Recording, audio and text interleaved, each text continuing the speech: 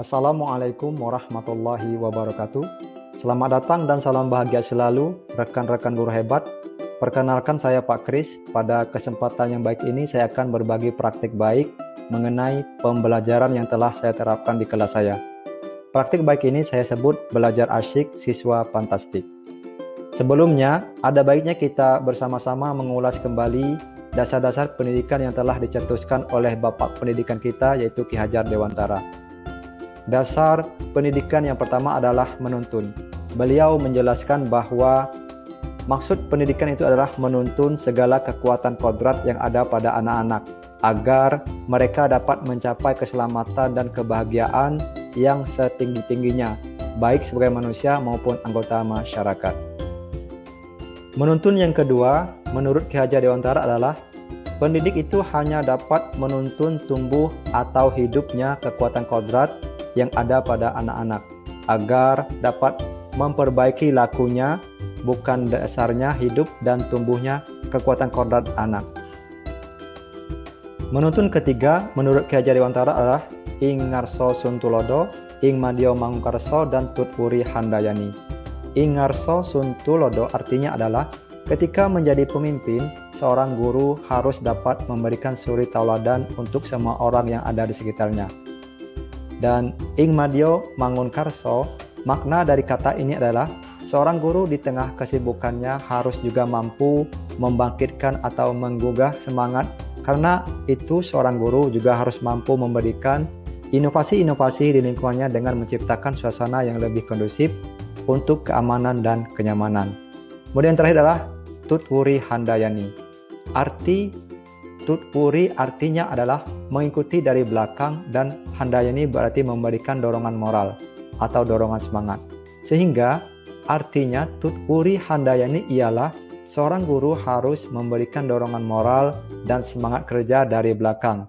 Dorongan moral ini sangat dibutuhkan oleh orang-orang di sekitar kita untuk menumbuhkan motivasi dan semangatnya. Dari ketiga bagian ini diharapkan kita dapat selamat dan bahagia sebagai manusia dan anggota masyarakat. Dasar pendidikan Ki Hajar Dewantara yang kedua adalah kodrat anak.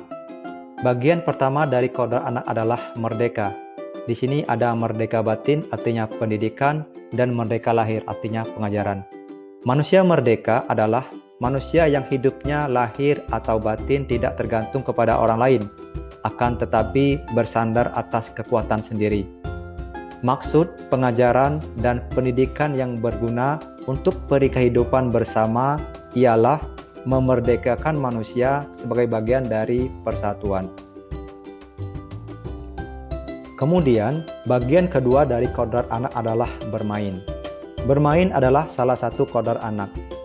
Pikiran, perasaan, kemauan, tenaga, atau cipta, rasa karsa, atau karya pekerti sudah ada pada diri anak.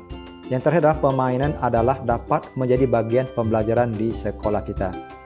Yang terakhir, dasar pendidikan Ki Hajar Dewantara adalah pendidikan yang berpihak pada anak. Beliau menjelaskan bahwasannya bebas dari segala ikatan, dengan suci hati mendekati sang anak, bukan untuk meminta sesuatu hak, melainkan untuk berhamba pada sang anak. Maksud dari berhamba adalah berpihak pada anak didik kita.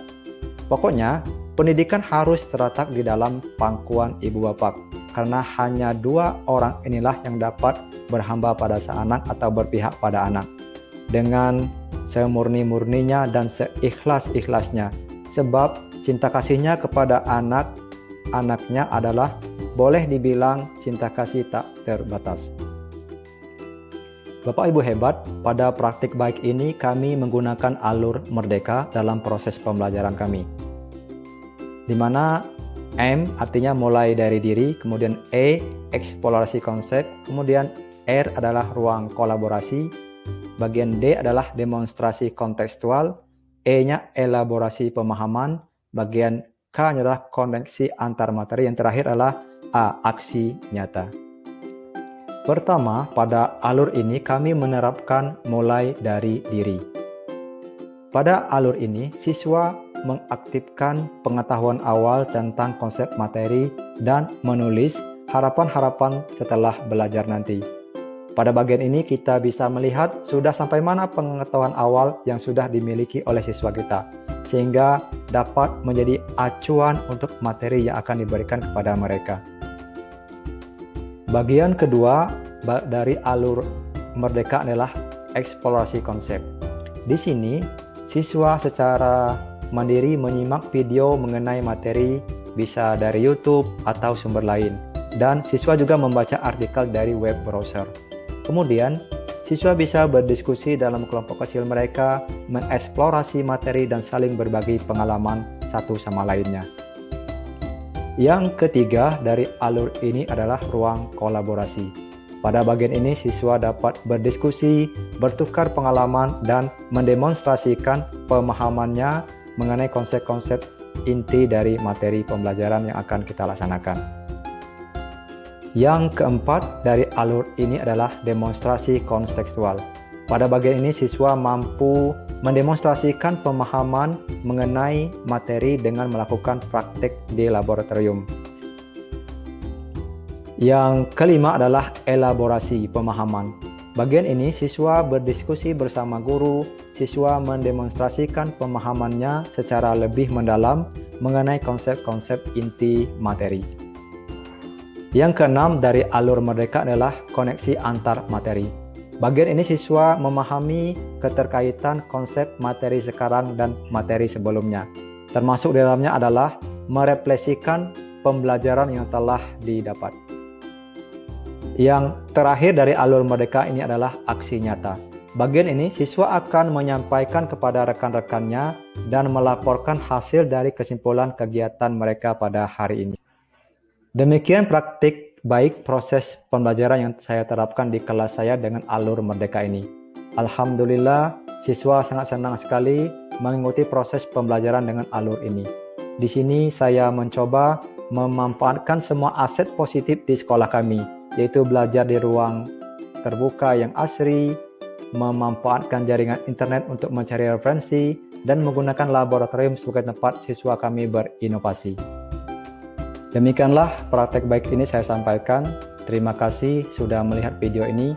Semoga bisa menginspirasi rekan-rekan guru hebat dimanapun berada. Assalamualaikum warahmatullahi wabarakatuh.